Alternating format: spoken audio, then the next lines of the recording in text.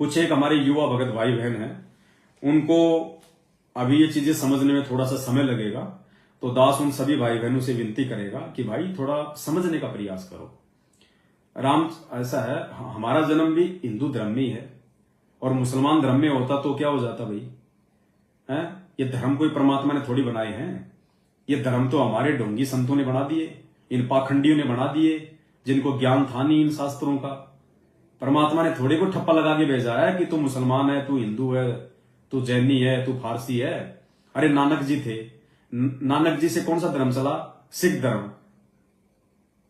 नानक जी ने चलाया ना सिख धर्म। और नानक जी का जन्म कौन से धर्म में हुआ था? हिंदू धर्म में। नानक जी का खुद का जन्म हिंदू धर्म में हुआ। आगे चल के उन्होंने जो पंथ चलाया, लोगों ने उसको सिख समाज बना दिया। नानक जी ने थोड़ी चलाया था कोई कि भाई मैं ये सिख धर्म चला के जा रहा हूं, बन गए अपने आप। तो इन चीजों को समझने का प्रयास करो भाइयों। धर्म केवल एक ही है, ना कोई हिंदू धर्म है, ना कोई सनातन धर्म है। सनातन हम हिंदुओं को सनातन की परिभाषा का नहीं पता। सनातन किसको कहते हैं? ये कहते हैं कि हमारा हिंदू धर्म तो सनातन धर्म है। क्या होता है सनातन धर्म? हिंदू धर्म 3000 साल पहले आया है। उससे पहले कहां था हिंदू धर्म? आदि शंकराचार्य के बाद से हिंदू धर्म नाम पड़ा है। आदि शंकराचार्य से पहले हिंदू धर्म कहां था? हजरत मोहम्मद जी ने यह मुसलमान धर्म चलाया, उससे पहले कहां था इस्लाम? 2500 साल पहले ईसा मसीह जी के बाद से ये ईसाई धर्म चला है, ये मुसलमान धर्म से निकला है। कहां है ये? क्या है? धर्म केवल एक ही है, मानव धर्म। अगर आप में धार्मिकता है, आपके अंदर मानवता है, आपके अंदर इंसानियत है, तो आप धार्मिक हैं, वरना कोई धर्म नहीं है। परमात्मा ने हिंदू की क्या परिभाषा बताई पता है? हिंदू कौन है? जो बीड़ी पीता है वो हिंदू नहीं है, वो दुष्ट है। जो भांग, तमाकू, सिगरेट, हुक्का, कोई भी नशा करता है वो हिंदू नहीं है, वो दुष्ट है। जो शराब पीता है वो हिंदू नहीं है, वो दुष्ट है। जो ब्याज लेता है वो हिंदू नहीं है, वो दुष्ट है। जो चोरी करता है, जारी करता है, झूठ बोलता है, छल कपट करता है, मिलावट करता है, 2 नंबर के काम करता है, वो हिंदू नहीं है, वो दुष्ट है। जो गीता जी में लिखी गई शास्त्र विधि को त्याग के मनमानी भक्ति करता है, वो दुष्ट है, हिंदू नहीं है। जो ब्रह्मा विष्णु महेश की जो पूजा करता है वो हिंदू नहीं है, वो दुष्ट है। जो 33 करोड़ देवी देवताओं की जो पूजा करता है वो हिंदू नहीं है, वो दुष्ट है। गीता जी मना कर रही है। जो हरे राम हरे कृष्णा राम राम राधे राधे श्याम मिला दे जय गणपति, जो इस तरह के नाम जाप करता है, जयकारे लगाता है, वो हिंदू नहीं है, वो दुष्ट है। क्यों है? क्योंकि वो अपने ही धर्मशास्त्रों के खिलाफ भक्ति कर रहा है, आन उपासना कर रहा है। और आन उपासना को परमात्मा ने सबसे बड़ा अपराध बताया। और अपराध कौन करता है? अपराधी, दुष्ट। गीता जी अध्याय नंबर 8 श्लोक नंबर 13 क्या लिखा हुआ है? ओम इति एक अक्षर ब्रह्म व्यवहारण माम अनुस्मरण ये प्रयाति तजम देहम सयाति प्रमाम गतम। गीता जी कह रही है कि एक ओम नाम का मंत्र है। और अध्याय नंबर 15 के श्लोक नंबर 16 और 17 में फिर आज परमात्मा ने आके बताया कि ओम से ऊपर 2 मंत्र और हैं, तत् और सत्य। वो तो संत रामपाल जी की शरण में आने के बाद ही पता चलेंगे।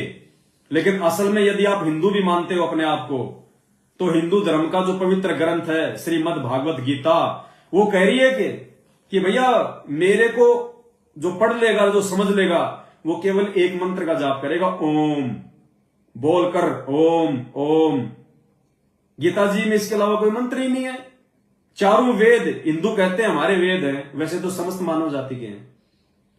वेदों में यजुर्वेद अध्याय नंबर 15 श्लोक नंबर 40 सिर्फ एक ओम नाम लिखा हुआ है, सिर्फ ओम मंत्र एक।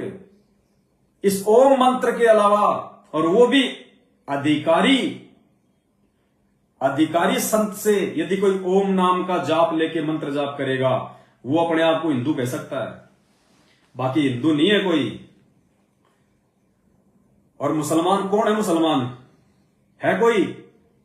शराब, बीड़ी, गुटखा, पान मसाला, झूठ, चोरी जारी और गीता जी के अनुसार साधना ना करने वाला और कुरान के अनुसार साधना ना करने वाला वो मुसलमान नहीं है, वो दुष्ट है, अपराधी है परमात्मा का। सूरत फुरकानी 25 आयत नंबर 52 से 58 क्या कह रही है कि किसी बाखबर से जाके पूछ, वो तुझे बताएगा। कुरान का ज्ञान देने वाला जिसको मुसलमान भाई अल्लाह कहते हैं, वो खुद कह रहा है हजरत मोहम्मद को, जब जबरील नाम का फरिश्ता उसको ऊपर लेके गया, वो खुद कह रहा है कि भैया मुझे भी नहीं पता वो अल्लाह कौन है, वो परमात्मा कौन है। अगर उसकी जानकारी चाहिए तो किसी बाखबर से जा पूछ, किसी इल्म वाले से। बाखबर गीता जी में जिसको तत्वदर्शी संत कहा गया है, जो वर्तमान में संत रामपाल जी भगवान है, उनके अनुसार यदि कोई भक्ति करेगा संत रामपाल जी भगवान के बताए अनुसार, वो असली मुसलमान है। वरना ये मुसलमान नहीं है जो अल्लाह अल्लाह अल्लाहू अकबर 5 समय की नमाज कर रहे हैं, मंदिरों में जा जाके बंक मार रहे हैं, वो मुसलमान नहीं है। बकरे भी खा रहे हैं, भेड़ भी खा रहे हैं, गाय भी खा रहे हैं, जानवर भी खा रहे हैं और अल्लाह की इबादत कर रहे हैं। अरे उस अल्लाह की रूह को तो तुम मार के खा रहे हो, उस परमात्मा की आत्मा को तो तुम मार के खा रहे हो और उसी परमात्मा से दुआ कर रहे हो। वो पागल है क्या अल्लाह? अल्लाह पागल है क्या? तुम किसी आदमी से 5,000 रुपए मांगने के लिए जाओ और उसके बेटे को उसके सामने थप्पड़ मारो, उसको मार दो, वो तुम्हें 5,000 रुपए देगा? तो तुम अल्लाह का मतलब क्या होता है? भगवान, परमात्मा। और तुम झोटा भेड़ बकरी खा रहे हो, उस परमात्मा की आत्माओं को मार मार खा रहे हो, उस परमात्मा के बच्चों को तुम मार मार के खा रहे हो। वो अल्लाह तुमसे प्रसन्न होगा? तो कोई भी मुसलमान वर्तमान में जो संत रामपाल जी भगवान के शरण में नहीं है, वो इंसान कहलाने के लायक नहीं है। कोई भी हिंदू जो संत रामपाल जी भगवान के शरण में नहीं है, वो इंसान कहलाने के लायक नहीं है। कोई भी सिख या जैनी जो संत रामपाल जी भगवान के शरण में नहीं है, वो इंसान कहलाने का अधिकारी नहीं है, क्योंकि वो अपने ही धर्मशास्त्रों के विरुद्ध भक्ति कर रहे हैं। और आन उपासना, मनमानी पूजा पाठ, ये परमात्मा ने बताया सबसे बड़ा अपराध है, सबसे बड़ा अपराध। तो ये भाई बहन इतने जल्दी नहीं समझ पाएंगे। इनसे भी मैं प्रार्थना करूंगा कि बेशक तुम जो मर्जी लिख लो एक कमेंट्स में, क्योंकि देखो भाई हमें परमात्मा ने जीवित मरना सिखा दिया। हम तुम लोगों की तरह नहीं है। हम लोग हिंसा में विश्वास नहीं करते, हम लोग मारकाट में विश्वास नहीं करते, हम लोग गाली गलौच में विश्वास नहीं करते। हमें परमात्मा ने जीवित मरना सिखाया है। यो गुरु ज्ञान विज्ञान वाणी, जीवित ही जग में मरो। और परमात्मा कहते हैं जीवित मर के देख ये सुरता, किसा आनंद आवहे। तो परमात्मा ने हमारे को जीवित मरना सिखाया। जीवित मरना उसी को कहते हैं, चाहे कोई गाली दे, चाहे कोई थप्पड़ मारे, चाहे कोई उल्टा सीधा बोले, चाहे मां बहन की गालियां दे, उनको हंसते हंसते सहन करना है जीवित मरना। मन में कोई बदले की या वापस गाली निकालने की भावना पैदा ना होना। और ये गुण केवल संत रामपाल जी भगवान के सत्सेवक बच्चों में ही आ सकते हैं, बाकी संगत में भी नहीं आ सकते।